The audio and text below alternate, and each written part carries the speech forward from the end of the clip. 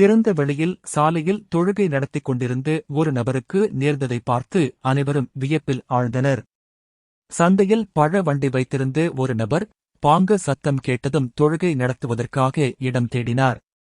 பள்ளிவாசல் சுமார் 5 கிலோமீட்டர் தூரத்தில் இருந்ததால் அருகிலிருந்த ஒரு காலி இடத்திலேயே அவர் தொழுகையைத் தொடங்கினார்.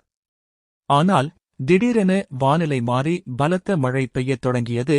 தொடர்ந்து ஆலங்கட்டி மழையும் பெய்தது. எதிரே உள்ள கடைகளின் முன்பு நின்றிருந்த மக்கள் இதை பார்த்துக் கொண்டிருந்தனர். அப்போது அங்கே ஒரு சீக்கியர் சர்தார்ஜி தனது காரை நிறுத்தினார். மழையையும் ஆலங்கட்டியையும் பொருட்படுத்தாமல் ஒருவர் தொழுவதைக் கண்ட அவர் உடனடியாக காரில் இருந்து குடையுடன் இறங்கி வந்தார்.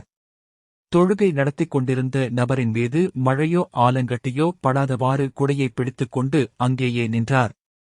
அந்த நபர் தொழுகையை முடிக்கும் வரை அவர் தொடர்ந்து குடை பிடித்தபடி நின்றிருந்தார்.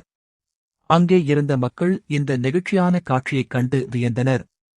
மனிதநேயத்திற்கு சாதியோ மதமோ கிடையாது என்பது முற்றிலும் உண்மை.